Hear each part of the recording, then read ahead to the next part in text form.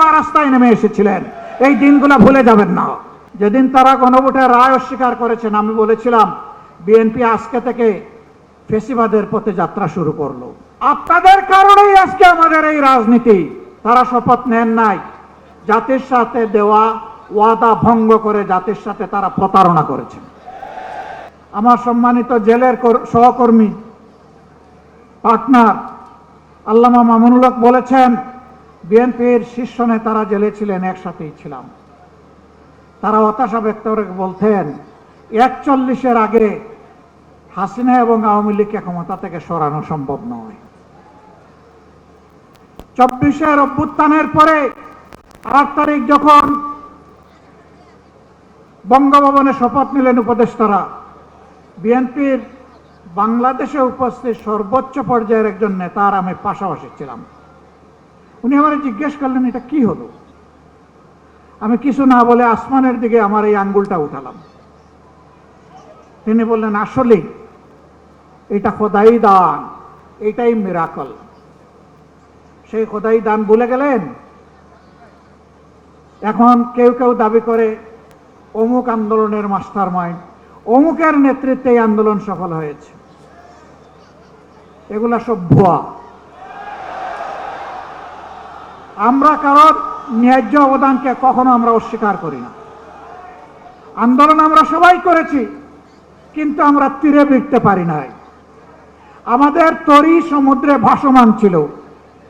জুলাই আন্দোলনের নায়করা এই তরি নিয়ে ঘাটে ভিড়েছে।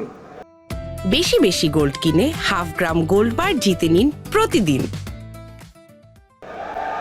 জাতিকে মুক্তির পথ দেখিয়েছে, তাদেরকে সম্মান করতে ভালোবাসতে শিখুন। তাদের নিয়ে তুচ্ছ-তাচ্ছিল্য করবেন না। আপামর ছাত্র সমাজ জীবন বাজি রেখে তখন ঝাঁপিয়ে পড়েছিল। শ্রমিকরা পাশে দাঁড়িয়েছিল, মারা রাস্তায় নেমে এসেছিল, স্ত্রী তার স্বামীকে পানি এগিয়ে দিয়েছিল, সন্তান কোলে নিয়ে মা রাস্তায় নেমে এসেছিলেন। এই দিনগুলো ভুলে যাবেন না। সংগ্রামী ভাই বোনেরা, আমরা এখানে আগামী দিনের আন্দোলনে শরীক হওয়ার জন্য দাওয়াত দিয়ে আপনাদেরকে এখানে আনি নাই। আমরা এনেছি কৈফিয়ত দিতে। আপনাদের প্রত্যেক ব্যক্তি এবং পরিবারের কাছে আমাদের দায়বদ্ধতা আছে।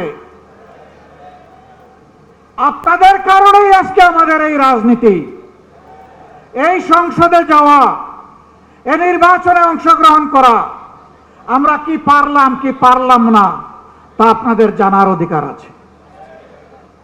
সংসদে আমরা প্রথম দিনে দাবি তুলেছি, আমরা শপথ নিয়েছি। তারা শপথ নেন নাই, জাতির সাথে দেওয়া ওয়াদা ভঙ্গ করে জাতির সাথে তারা প্রতারণা করেছে। এরপরে যখন জাতিকে প্রতারিত করা হয়েছে, আমরা নোটিশ দিয়ে আলোচনার ব্যবস্থা করেছি, তারা তার বিরোধিতা করেছেন।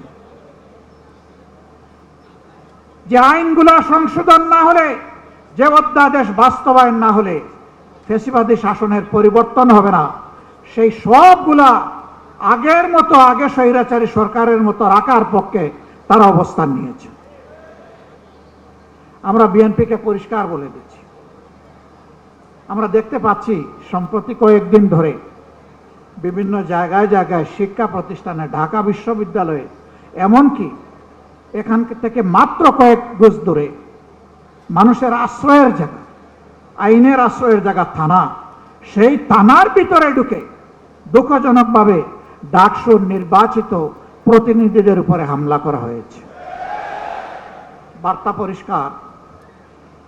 যেদিন তারা গণভোটের রায় অস্বীকার করেছেন, আমি বলেছিলাম বিএনপি আজকে থেকে ফেসিবাদের পথে যাত্রা শুরু করলো।